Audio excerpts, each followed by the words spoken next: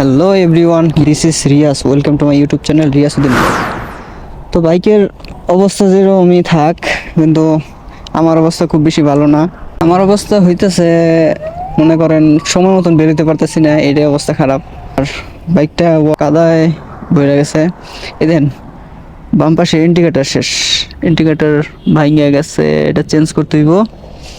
এমনিতে বাইকের সব দিক দিয়ে মোটামুটি ঠিকঠাকই আছে, ঠিকঠাক মতন চলতেছে, তবে ইঞ্জিন অয়েলটা পরিবর্তন করতে হইব।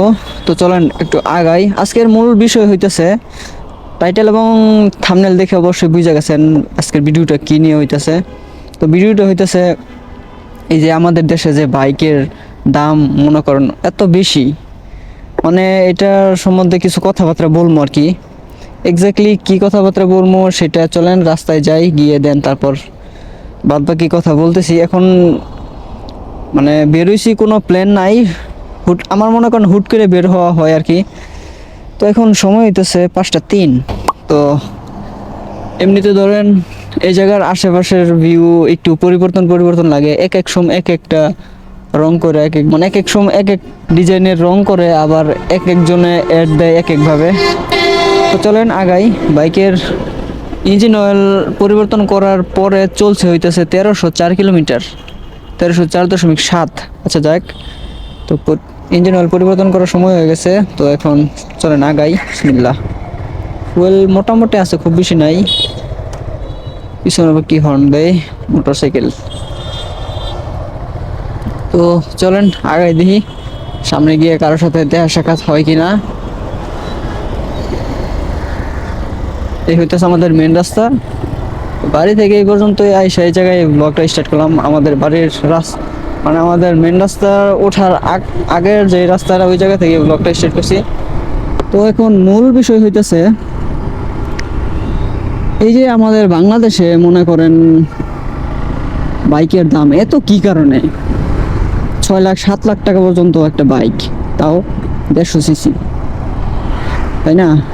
আচ্ছা, আমি এই বাসা থেকে বের হওয়ার আগে ধরেন একটু গুগল সার্চ করছিলাম। তো আপনাদের একটু দেখাই, দাঁড়ান বা আমি একটু চাপাই নিই। তো গুগল সার্চ করছিলাম, সার্চ করার পরে হইতেছে বাংলাদেশের, গুগলে সার্চ করার পরে বাংলাদেশের ইয়ামাহা R15 ভার্সন 3 রেট হইতেছে 5,25,000 টাকা। আর ইন্ডিয়ার ইয়ামাহা R15 ভার্সন 3 হইতেছে 1,58,299 রুপি। আসলে এটা মানে কত যে আমি এক্স্যাক্টলি জানি না, জাস্ট এটা বের করছিলাম। এটাকে অনেক আগের রেট, তাও আমি বলতে পারবো না। যাই হোক, মানে এটা যে জানেন অবশ্যই কমেন্ট করে জানায়েন, আসলে আমি জানি না রেটের সম্বন্ধে। আচ্ছা, এই যে দেখেন বাংলাদেশের বাজারে R15 ভার্সন 3 5,25,000 টাকা। এটা একটা মানে বাইক অনুযায়ী দাম ধরেন খুব বেশি। বাইক তো ভালো, বাইক খারাপ না, সেটা হইতেছে। আচ্ছা, বাংলাদেশে এত রেট হওয়ার কারণটা কি?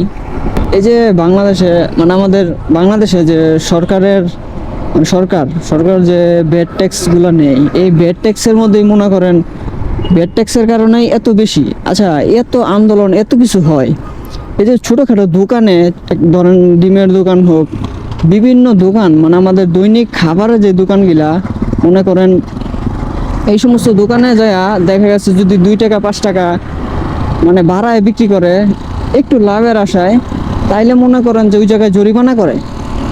ওই যে বাইকের ক্ষেত্রে মানে এই যে যানবাহনটা, এটা কিন্তু সবচেয়ে গুরুত্বপূর্ণ বেশি। যে যানবাহনটা মনে করেন যে এটা বাংলাদেশে হোক মানে সারা বিশ্বেই, কারণ চলাচলের ক্ষেত্রে যানবাহনটা লাগবে, তাই না? যানবাহন ছাড়া আপনি এত দূর পৌঁছাইতে পারবেন না। ওই যে এই ছোটোখাটো দোকানে ব্যবসায়ীরা যারা টুকটাক মানে একটু একটু লাভ করে একটা ফ্যামিলি চালায়, তো সেই জায়গায় মনে করেন যে আমরা ওই জায়গার মধ্যে আমাদের চোখ যায়। কিন্তু এই যে এই যে মানে বাইকের জগৎ, আচ্ছা আমরা যেহেতু বাইকের আছি, মানে বাইক রিলেটেড যেহেতু আছি, তাহলে বাইকের কথাই বলতেছি, দেন গাড়ির কথা নাই বললাম। তো এই জায়গায় মনে করেন এত মানে বেশি রেট নিতেছে, তো এই জায়গায় কারোর কোনো কথা নাই। আর কেউ যদি একটা ভিডিও বানায় কারোর মানে কোম্পানি থেকে যদি একটা ভিডিও বানায় মানে সে দালাল হয়ে যায়। কে রে ভাই, আমরা এই আন্দোলন করি, আচ্ছা আন্দোলন না করি মানে একটা বাইকার হিসাবে একটা আন্দোলন করা প্রয়োজন। কারণ হইতেছে এই যে বাইকের দাম এত বাড়তি এত বাড়তি। আচ্ছা এই বাইকটা যে আমি সুজুকি জিক্সার মনোটন চালাইতেছি, এটা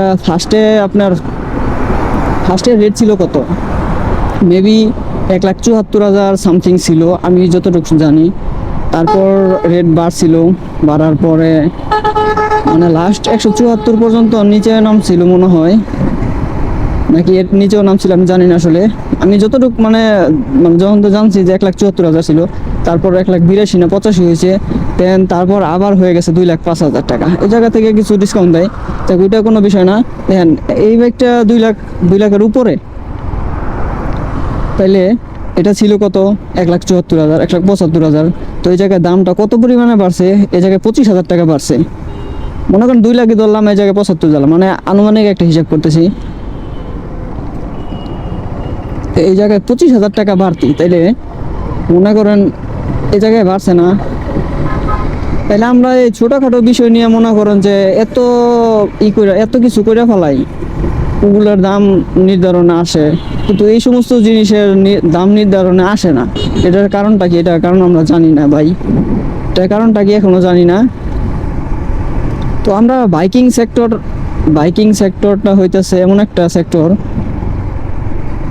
কেউ প্রয়োজনে চালায়, কেউ মনে করেন চালায় শখে। শখ তো যেমন আছেই, সবারই একটা শখ আছে। বাইক প্রয়োজনের তাগিদেও থাকে, শখের জন্যও থাকে, দুইটাই মিলায়ে মনে করেন, দুইটাই মিশ্রিত। যাই হোক, আমরা চাই যে মানে বাইকের দাম একটু কমুক।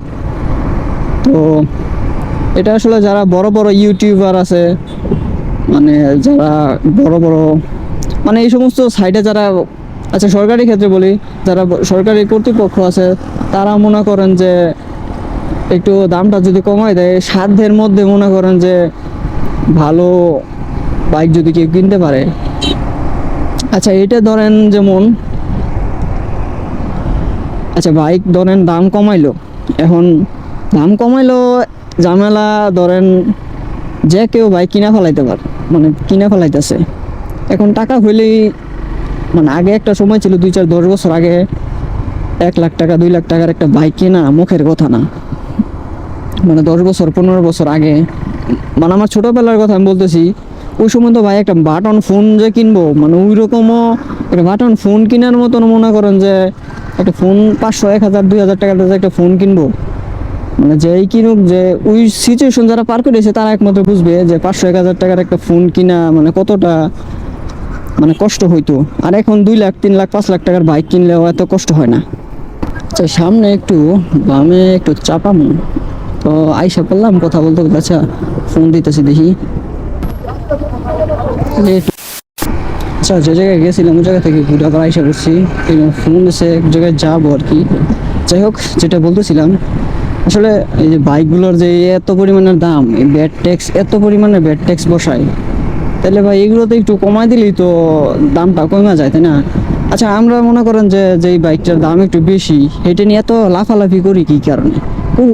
ওইটা লাফালাফি না করি, আমরা লাফালাফি করার কারণেই তো দাম মনে করেন বাইরে যায়। দেখা যায় যে আরে এই বাইকের এত এত কাহিনী কি, মনে করেন যে বাইকগুলা আরো পরে বিক্রি হয় আরো বেশি। যে বাইকটার দাম একটু বেশি আমরা মনে করেন না কিনলে তো দাম এমনিতে কমে যায়। একটা জিনিসের একটা পণ্যের দাম যদি মনে করেন বেশি থাকে, তাহলে ওই জিনিসটা যদি গ্রাহকরা কিনে কমায়, মানে মানে কিনা কমায় দেয়, তাহলে মনে করেন যে জিনিসের দামটা কমে যাবে না, জিনিসের দামটা কমে যাবে, এটা তো আমরা নিজেরাই জানি। যেটার দাম বেশি আমরা সেটাই বেশি বেশি কিনি, তার জন্য দাম আর কমে না, কমার কোনো ওয়ে নাই। আর ইয়ামাহার R15 আর হইতাছে সুজুকি GSX-R, সেটার দাম কতটুকু ডিফারেন্স, মাত্র 50 টাকা। 5,25,000 আর 5,24,000, 5,24,950 টাকা, মাত্র 50 টাকা কম বেশি। এই GSX-R আর R15 এর সাথে কি তুলনা দিলে কাজ হইব? জিএসএক্স আর হইতেছে একটা খেলনা গাড়ির মতন, মানে দেখতে খেলনা, এটা শুধু টপ স্পিড এই সমস্ত বেশি কারণে বাইকটা একটু বেশি চলে। সবাই টপ মানে টপের চিন্তা করেই তো মনে করেন এদিকে দিছে একেবারে উপরে উঠায়া। আমাদের নিজেদের কারণে এই বাইকের দাম এত বেশি, শুধু শুধু আরেকজনের দোষ দিয়ে লাভ নাই। এখন চেষ্টা করতে হইব যে যাতে কোনো এই বেড ট্যাক্স যাতে আর এরকম না পারে। আর এই রাস্তায় যদি এরকম পানি থাকে তাহলে কেমনে কি কোন তো। তাহলে ভিডিও এই পর্যন্তই থাক, আজকের ভিডিও জাস্ট একটু রাইড করতে বেরিয়েছিলাম, আর হইতেছে আরও রাইড করবো, বাট ব্লগটা এই পর্যন্তই। হোপ করতেছে ভিডিওটি আপনাদের ভালো লাগছে। যদি ভিডিওটি ভালো লেগে থাকে অবশ্যই একটা লাইক দিয়ে দিবেন, আর চ্যানেলে নতুন হলে সাবস্ক্রাইব করে হয়ে যাবেন আমাদের ফ্যামিলি মেম্বার। আর দেখা হচ্ছে নতুন কোনো ভিডিওতে সামনে, আবার যতক্ষণ পরবর্তী ভিডিও নিয়ে আমি আসতেছি ততক্ষণ ইনশাআল্লাহ আমরা থাকবো ভালো, আমরা থাকবো সুস্থ। সবাই ভালো থাকবেন, সুস্থ থাকবেন। আল্লাহ হাফেজ, আসসালামু আলাইকুম। যাবো একটু সামনে, ডাইনে একটা আছে আমার বাইকের পিছনের চাকায় হাওয়া নাই। ওই দিনকে একটা প্যারাক ঢুকছিল, আমার খেয়ালই ছিল না প্যারাকটা বাইকেরও। এখন চাকা দেখি একটু এদিক সেদিক করতেছে, তার জন্য একটু গ্যারেজে যাবো আর কি। তো এই সামনেই পরিচিত জনের কাছে যাই, অন্য জনের কাছে না যাই। তাহলে আজকের ভিডিও এই পর্যন্ত থাক, সবাই ভালো থাকবেন, আল্লাহ হাফেজ। আর ভিডিওতে কোনো ভুল ত্রুটি হয়ে থাকলে অবশ্যই ক্ষমা দৃষ্টিতে থাকবেন। আর নতুন যেহেতু ধরেন অনেক ভুল ভ্রান্তি হইবে, এটা স্বাভাবিক। ভুলগুলো আপনারা ভুলগুলো ধরায় দেওয়ার চেষ্টা করবেন যাতে নেক্সট ইয়ার ভালো করতে পারি। এই তো, সবাই ভালো থাকবেন।